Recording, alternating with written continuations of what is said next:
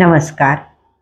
श्री शिव महापुराण विद्येश्वर संहिता अध्याय क्रमांक 7 ब्रह्माजींचे कपट आणि शिवजींचा निर्णय. श्री गणेशाय नमः. नंदिकेश्वर सनत कुमारांना म्हणाले, देवांनी भगवान शंकरांना आपले गाऱ्हाणे सांगितले तेव्हा ते स्मितहास्य करून म्हणाले, सुरवरांनो, ब्रह्मदेव आणि विष्णू यांच्या युद्धामुळे तुम्ही दुःखी आहात हे मी जाणतो.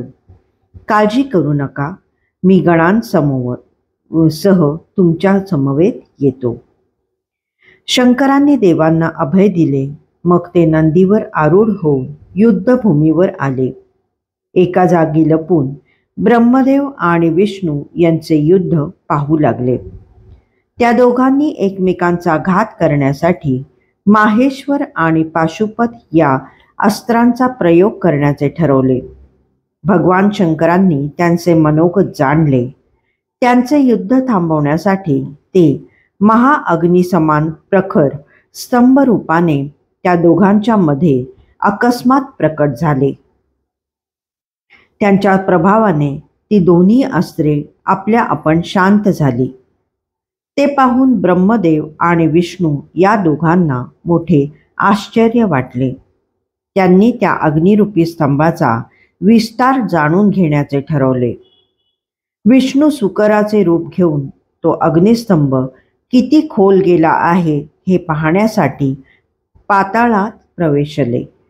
ब्रह्मदेव हंसाचे रूप धारण करून तो अग्निस्तंभ किती उंच आहे ते पाहण्यासाठी आकाशात ऊर्ध्व दिशेने निघाले.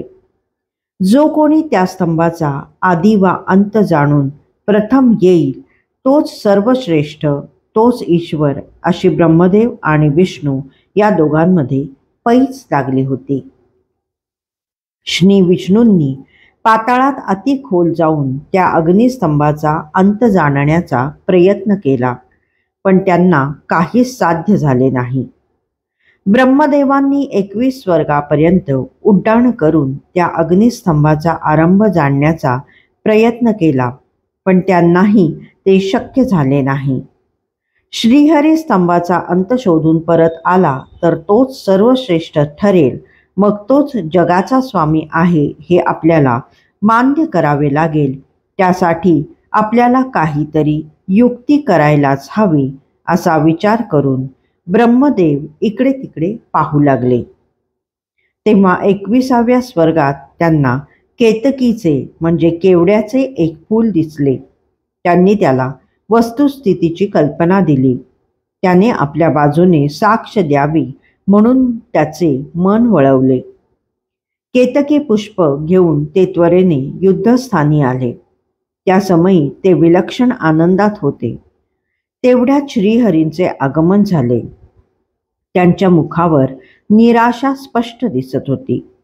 ब्रह्मदेव त्यांना म्हणाले, हे श्रीहरी, मी या अग्निस्तंभाचा आरंभ पाहून आलो आहे. माझ्या बोलण्यावर तुझा विश्वास नसेल तर या केतकी पुष्पाला विचारून स्वतःची खात्री करून घे. श्रीहरींनी त्या फुलाकडे पाहिले. ते फूल म्हणाले, विष्णू, ब्रह्मदेव म्हणतात ते खरे आहे. ते या दैदिप्यमान अग्निस्तंभाचा ऊर्ध्व दिशेकडील आरंभ पाहून आले आहेत. या घटनेला मी साक्षी आहे. त्यावेळी मी तेथेच होतो. श्री विष्णूंना त्याच्या बोलण्यावर विश्वास ठेवावाच लागला. हे विधाता, तूच माझ्यापेक्षा श्रेष्ठ आहेस, तूच या जगाचा ईश्वर आहेस असे म्हणून त्यांनी ब्रह्मदेवाचे पाय धरले. विधीचे हे कपट भगवान शंकरांना अजिबात सहन झाले नाही. ते तात्काळ प्रगट झाले आणि विष्णूंना म्हणाले, रमापती, विधाता खोटे बोलतो आहे. तो या स्तंभाचा आरंभ शोधण्यासाठी खूप उंच गेला हे खरे आहे, पण त्याच्या हाती काहीही लागले नाही. आपल्याला कमीपणा येऊ नये म्हणून त्याने तुझ्याशी कपट केले. तुला स्तंभाचा अंत कळला नाही हीच वस्तुस्थिती आहे.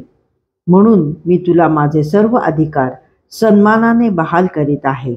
आजपासून तू आणि मी समानच आहोत. भगवान शंकरांची वरदवाणी ऐकून श्री विष्णूंना परमानंद झाला. ब्रह्मदेव लज्जित होऊन मान खाली घालून उभे राहिले. केतकी पुष्प भीतीने थरथर कापू लागले. अध्याय 7 समाप्त.